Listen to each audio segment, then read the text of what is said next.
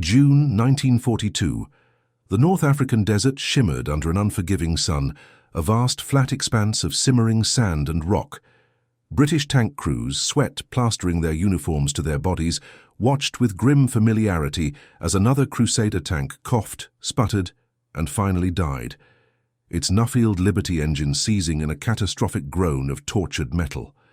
A thick plume of black smoke, smelling of overheated oil and burnt pride, rose lazily into the impossibly blue sky.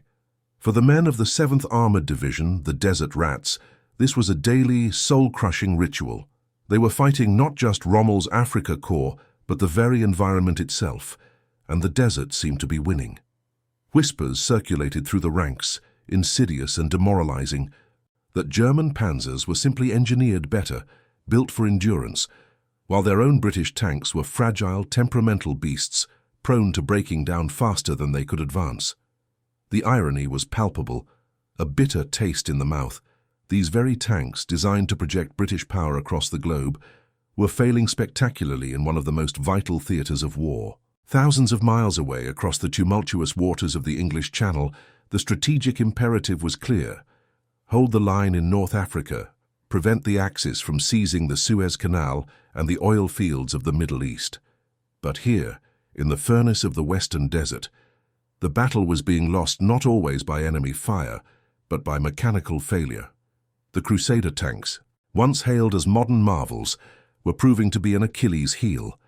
Their relatively powerful Nuffield Liberty radial engines, designed for the temperate European climate, were simply not coping with the relentless 130-degree Fahrenheit ambient temperatures, the abrasive, ubiquitous sand, and the sheer distances covered at speed.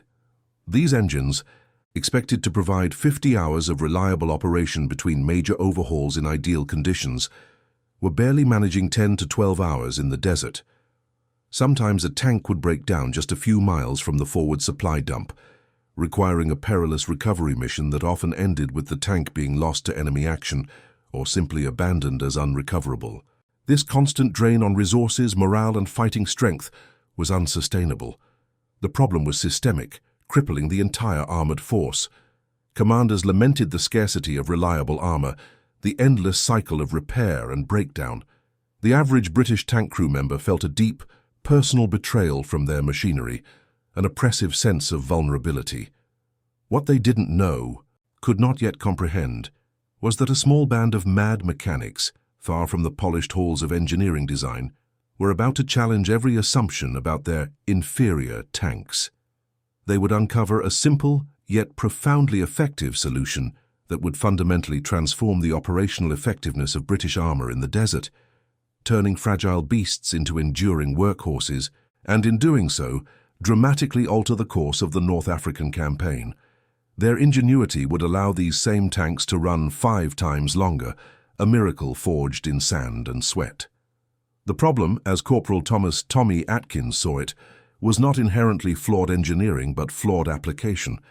Atkins, a lean, wiry mechanic with grease permanently ingrained beneath his fingernails and a mind that saw machines in 3 dimensions, was a Royal Electrical and Mechanical Engineers, or REME, corporal attached to the 7th Armored Division. He had a reputation for unconventional fixes, a knack for coaxing life back into engines others had declared dead. His workshop, a collection of canvas tents and tarpaulins stretched over a few battered trucks, was a hive of frantic activity, constantly overwhelmed by a deluge of crippled Crusaders, Grants, and Stuart tanks. Every day the desert coughed up more casualties than Rommel's guns.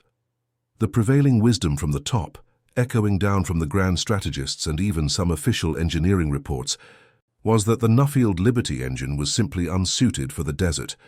Atkins, however, didn't deal in prevailing wisdom. He dealt in engine blocks, pistons, and oily rags. He knew the engine inside and out, having worked on similar radial designs before the war. He suspected the issue was less about the engine's inherent design and more about its environmental adaptation, or lack thereof.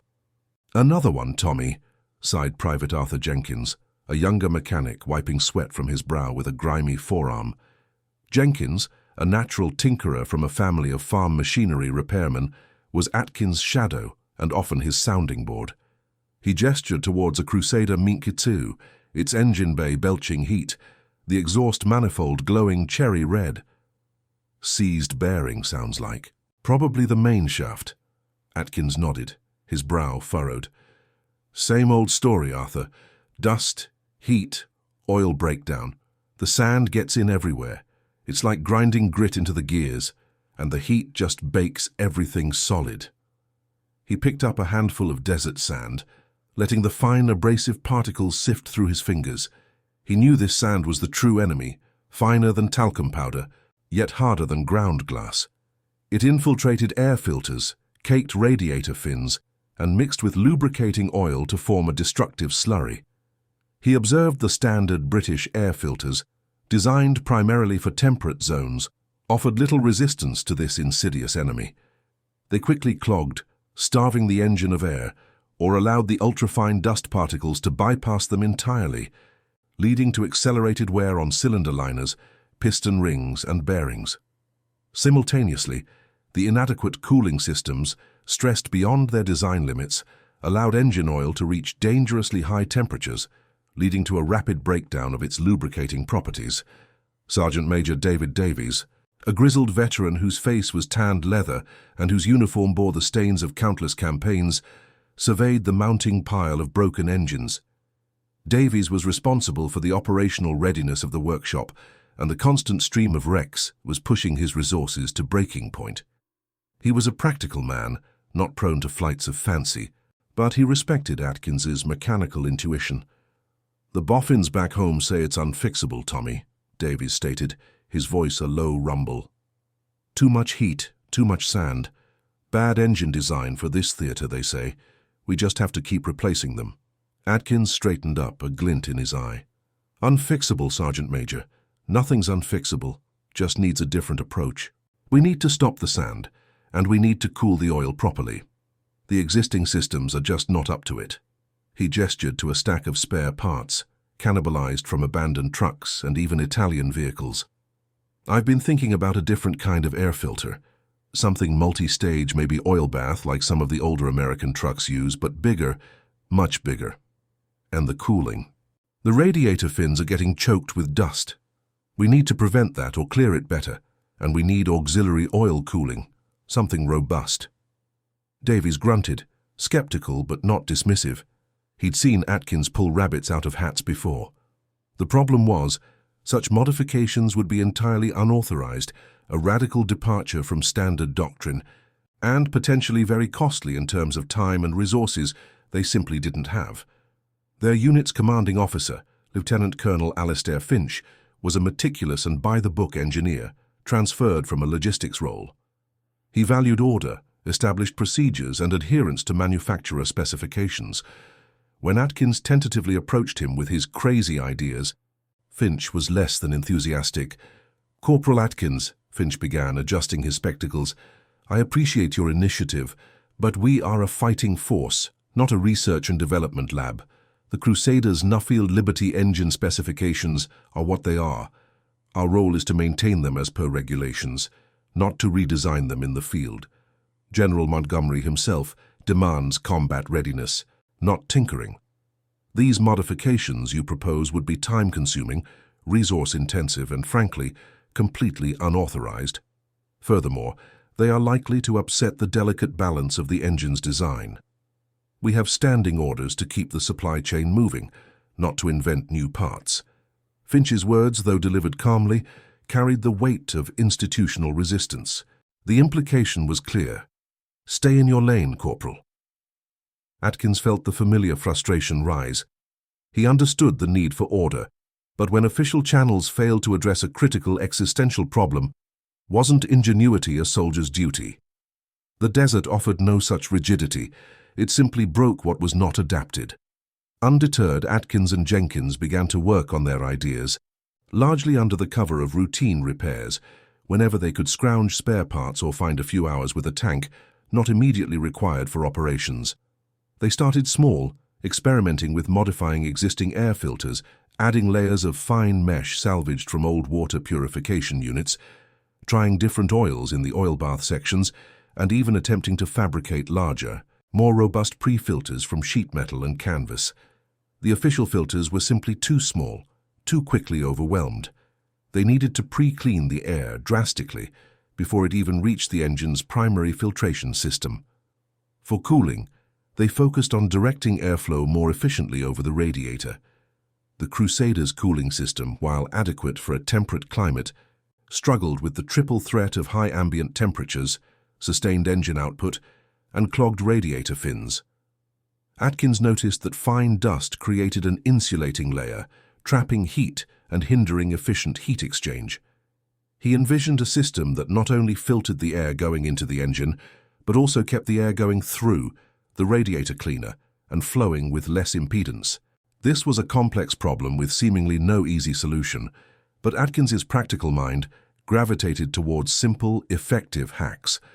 Their first real experimental modification involved an abandoned Crusader Mackay III, nicknamed the Relic, which had been towed in after its engine seized, deemed irreparable. Atkins and Jenkins, often working into the stifling desert nights by the light of a flickering hurricane lamp, stripped the engine bay. They fabricated an oversized multi-stage air filtration unit, cannibalizing parts from a variety of sources: a dust filter from a captured German truck, steel mesh from an old cot, even some heavy-duty canvas from a damaged tent. The design was crude but robust, aimed at drastically reducing the amount of fine abrasive sand reaching the engine's combustion chambers and oil system. This external pre-filter was much larger than the original, a bulky, almost comedic addition to the sleek profile of the Crusader. For the cooling system, they observed how the fine sand coated the radiator fins, creating an insulating layer. They experimented with different shroud designs to improve airflow directly over the radiator core. They also installed an auxiliary oil cooler, something entirely absent in the original Crusader design, repurposing a small heat exchanger from a wrecked British scout car. This required extensive rerouting of oil lines, a painstaking process in the cramped engine bay, often performed with hands already blistered and raw from metalwork. Sergeant Major Davies, while still officially maintaining his distance, would often stumble upon their work with a fresh jug of water, offering quiet words of encouragement or a useful tip from his years of field experience.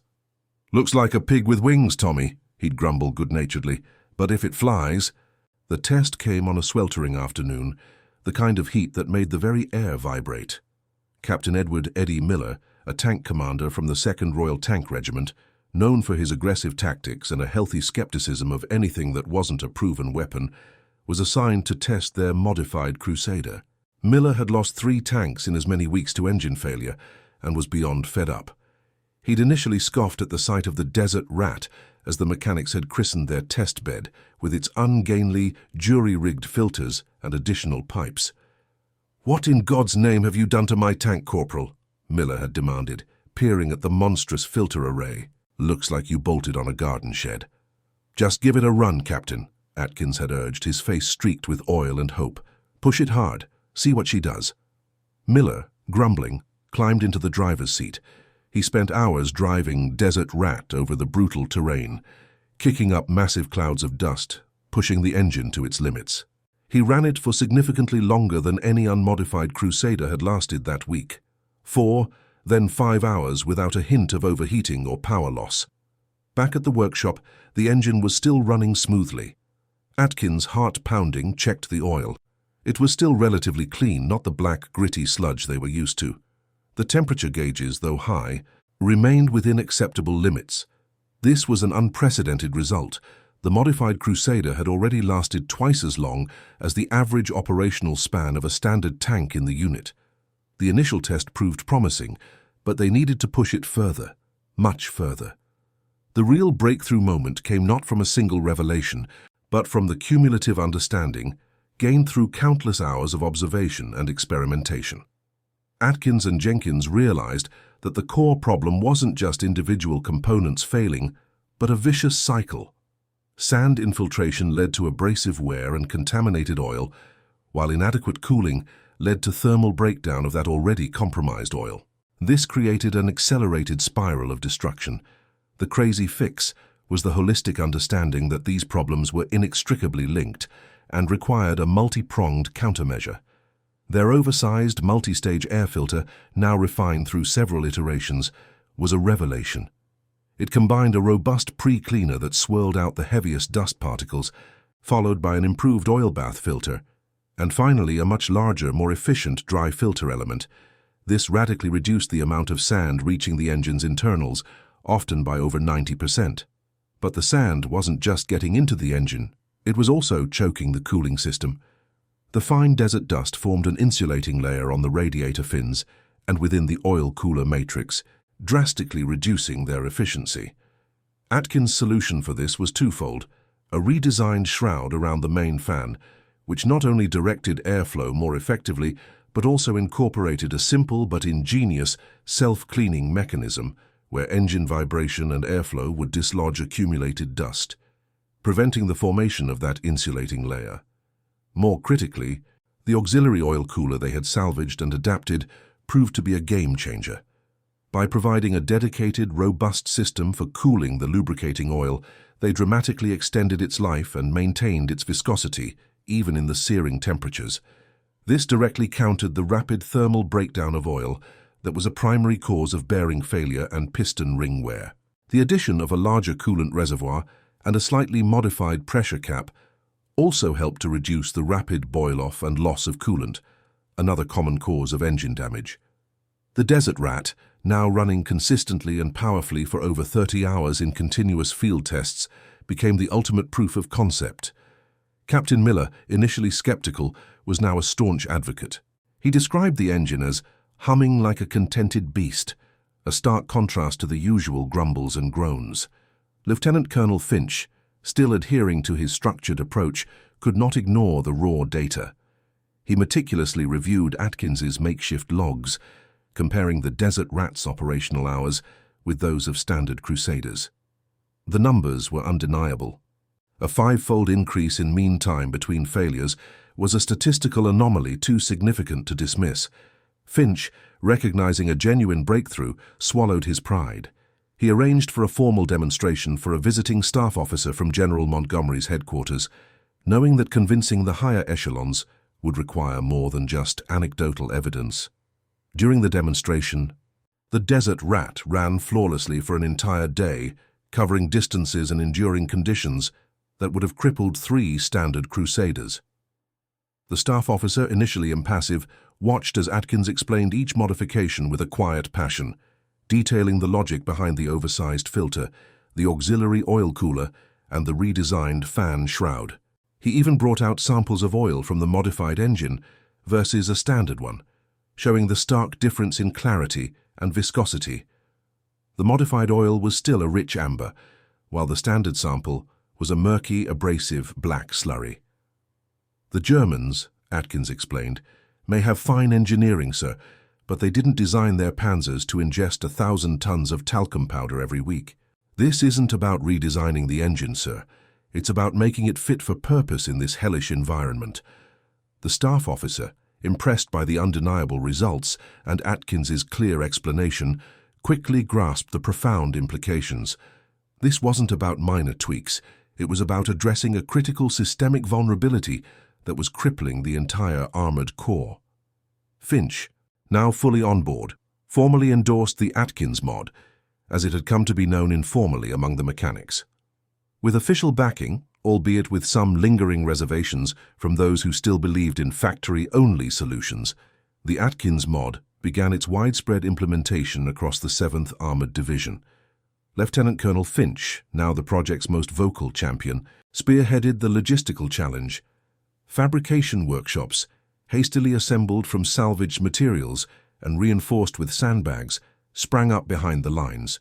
Private Jenkins, with his resourcefulness, proved invaluable in sourcing materials: sheet metal from wrecked vehicles, tubing from old water lines, even scrap canvas for filter elements. A simplified kit was developed, allowing mechanics to quickly install the modifications on new and existing Crusaders. Training sessions were organized where Atkins and his team patiently taught other Remy corporals and privates the precise techniques for fitting the oversized air filters, rerouting oil lines for the auxiliary cooler, and modifying the fan shrouds. It was a Herculean effort, often conducted under the constant threat of enemy air raids or long-range artillery. The impact was immediate and profound, transforming the operational landscape of the Western Desert. Captain Miller's tank, the original Desert Rat, was among the first fully modified Crusaders to see sustained combat. During the crucial maneuvers leading up to the Second Battle of El Alamein, where every tank was vital, Miller's unit, the 2nd Royal Tank Regiment, found itself able to conduct longer, deeper patrols without the constant fear of mechanical failure. Previously, a 3-day advance would have seen half their tanks break down. Now, they were reporting vastly improved reliability. The numbers spoke for themselves. Before the modifications, Crusaders were averaging a mere 10 to 12 operational hours between significant breakdowns. After the Atkins mod, these figures soared to 50-60 hours, with some tanks even pushing 70 hours before requiring a major overhaul. This was a 5-fold improvement, a truly astonishing feat that effectively multiplied the combat power of the British armoured forces without adding a single new tank from the factories back home. During the Second Battle of El Alamein, which commenced in October 1942, this newfound reliability proved decisive. British tanks were able to sustain offensive operations for extended periods, maintaining pressure on Rommel's forces. While German Panzer III and IV tanks were formidable, even they suffered from the relentless desert conditions, and their supply lines for spares were far more stretched than the British. The American M3 Grants and M4 Shermans were beginning to arrive in significant numbers, offering a new lease of life for British armoured units, but the Atkins mod breathed new life into the existing Crusader fleet, making them viable and effective combat vehicles once more. Captain Miller, leading his troop, often remarked on the difference. His Desert Rat, now a seasoned veteran, endured punishing cross-country advances and sustained engagements, its Nuffield Liberty engine humming reliably beneath the roar of its 2-pounder gun. The sight of British tanks, which once struggled to even reach the battlefield, now driving relentlessly forward, was a huge morale boost for the crews and a stark contrast to the earlier despair. The dust of battle, usually a harbinger of engine death, now settled on engines that continued to roar, a testament to the quiet ingenuity of a few dedicated mechanics. The desert, once an ally of mechanical failure, now saw resilient British armour push through its punishing embrace. The widespread success of the Atkins mod across the 8th Army was more than just a technical triumph. It was a psychological victory. It proved that British ingenuity, often dismissed as tinkering by more rigid engineering philosophies, could directly impact the grand strategy of a global conflict. The modifications were quickly integrated into new Crusader deliveries and retrofitted onto existing tanks across North Africa. Corporal Thomas Atkins, along with Private Arthur Jenkins and Sergeant Major David Davies, received official commendations for their invaluable contributions, though their true impact far outstripped the formal recognition. Lieutenant Colonel Alistair Finch, whose initial skepticism had given way to enthusiastic support, found his career greatly enhanced by his championing of the project. His reports detailing the dramatic improvements in operational readiness undoubtedly reached the highest levels of command. The implications of this field innovation extended far beyond the immediate gains in the North African campaign.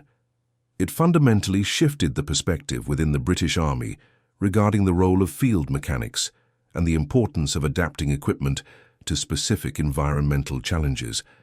No longer were theoretical engineers seen as the sole arbiters of design. The practical, hands-on experience of mechanics like Atkins became recognized as a vital input.